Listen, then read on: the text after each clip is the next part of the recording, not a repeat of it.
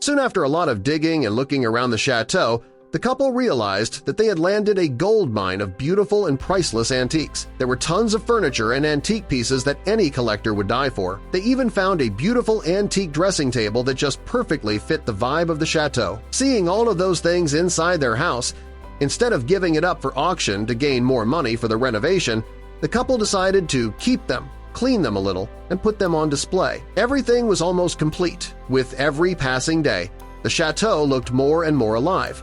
But it needed some more details. To make the chateau more livable and accommodating for guests, the couple had to provide comfortable couches, beds, and chairs. But they couldn't just buy furniture at any store. They had to stay on theme, so they looked for antique-looking finds at antique shops and thrift stores. Luckily enough, JB and Erin were able to score some pretty good deals, like a set of 19th-century chairs and giant urns for just $80. Adding this new furniture to the old existing ones in the chateau was like the icing on top of the cake. Looking at their creation, it felt like a mix of the old and the new, which made the chateau even more beautiful and intriguing. It wasn't perfect yet, but finally, the couple felt like their home was ready to open its doors to the world. Finally, after years of being closed down and abandoned, the 16-hectare chateau was ready for the public to see. But there was one itty-bitty problem: they haven't finished renovating. Firstly, it was because renovating a 16-hectare place takes so long, and secondly, the couple was running out of funds. So they decided to invite some guests in to start earning a little more income. The guests didn't seem to mind the ongoing construction, though, as they kept on coming every day, gushing at how charming and inviting the place is. Also, to make the chateau more homely, the creative couple had another trick up their sleeve. Another hidden asset of the Chateau de Borno was its magnificent kitchen that had huge storage space and a beautiful ancient stone fireplace. But just like all the areas of the chateau, it needed a little bit of work and replacement. So the couple immediately got to work and upgraded the kitchen with all the modern-day tools it needed, and voila! It was up and running in no time. Aside from being an anesthetist, decorator, and artist, it turns out Erin was also brilliant at cooking and baking. She worked her magic into the kitchen and served delectable treats to their guests, giving them complete staycation experience. As excited as the couple was to open their home to the public, they were also nervous. Will the people like their beloved chateau? Absolutely. After their first batch of willing guests, more and more people came flocking outside JB and Erin's newfound home. Tourists were eager to see what the chateau has to offer, interested in the piece of history they are going to get once they stay for the night, and most importantly, excited to take Instagram-worthy pictures of the chateau. After seeing their initial success, Erin decided to take things up a notch and started an official Instagram page for the Chateau de Borno. The page was created to promote their home to a wider set of audience, and luck struck them once again as the page garnered thousands of followers that translated into more guests and tourists checking in at the chateau. In fact, due to the buzz they made on social media, a bigger opportunity came knocking on their large French doors. Word about their enchanting chateau traveled fast and wide, and even landed them on a documentary featured on Channel 4, a British network. JB, Erin were invited to join the documentary called Escape to the Chateau, DIY, and showcase their own Chateau de Borno. Escape to the Chateau,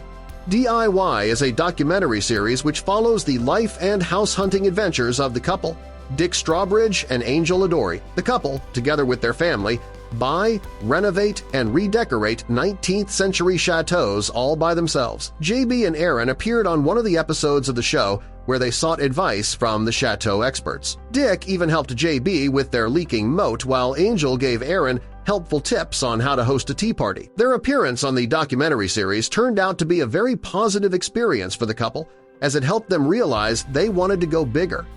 At the beginning of their quest to start their new life in France, the couple was only looking to rent a mansion that would entice guests to stay for a night or two. But upon seeing the beauty of the Chateau de Borno and the attention it got over the past few weeks that it had been open to the public, the couple's ideas evolved into something bigger. Our ideas then grew into something bigger, creating an events venue to serve the local community, as well as attracting an international market to host weddings and private events. JB and Erin plan to make the outbuildings around the chateau as holiday homes and will completely renovate the main castle, which they will then rent for weddings or events. But to make their chateau fully profitable, the couple needs to finish all the renovating, which is not an easy task and definitely not a cheap one. JB and Erin estimated that to get the property perfect, they would have to shed a few more $100,000 for the total renovations. But the couple said it's a lifetime project. "We plan to be here for 30 years, renovating little by little," said Erin. "At the moment, it's perfect for its imperfections." Currently, the Chateau is still getting a lot of attention and followers on social media, which is really good for their business. The Chateau de Bourneau has its first wedding booked in for this year, a local French affair, with a grand British wedding to follow next year, and of course, when they finally get the time and chance to tie the knot themselves, Erin and Jean-Baptiste will definitely be doing it in their own beautiful chateau they call home.